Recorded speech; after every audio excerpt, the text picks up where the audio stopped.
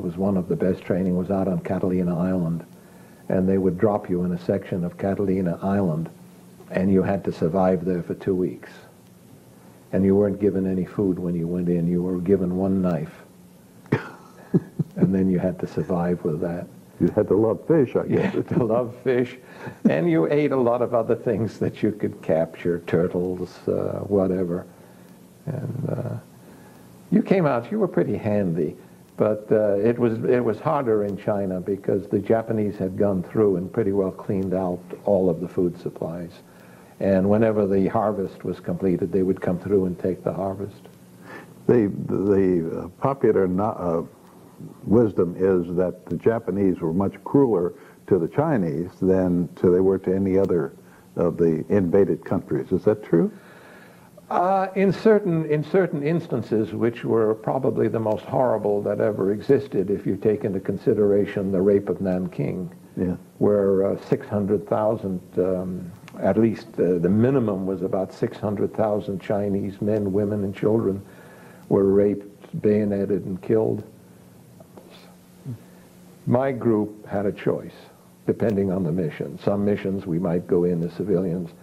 Other missions we would go in in full uniform, let's put it that way, so that theoretically, if you were captured, you might not be immediately killed.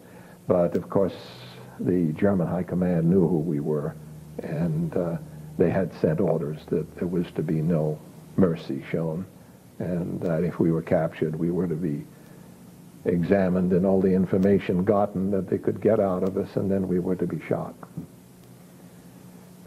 So they didn't want to waste us, so they sent us into China itself. And we trained the first Chinese paratroopers in the history of China. Really? Yeah. And we made them, this was with the permission of Chiang Kai-shek and with the help of General Stilwell and one other general who was very active at that time. Lord Mountbatten. And we organized them into commando units. We formed 20 Chinese commando units, and I trained the 2nd Commando Unit and then parachuted in with them with 11 Americans. In where? Into South Central China, and operated behind the Japanese lines. That was Japanese occupied then? Yes. I see. Okay. Yeah.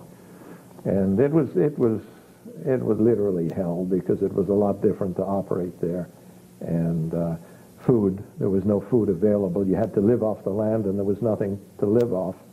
We survived actually on about a bowl of rice. We were supposed to be supplied by the air, but since everything was going on in Asia at that time, there were more important missions than some of our small groups that were going into unknown areas, so to speak. Was there an official disbanding of the OSS after the war? Yeah. Yeah. Mustering out, kind of. Mustering out. Yeah.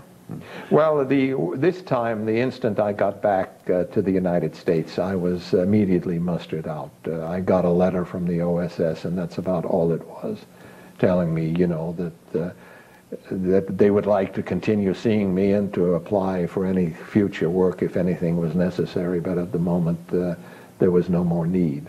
Convenience of the government? Convenience of the government.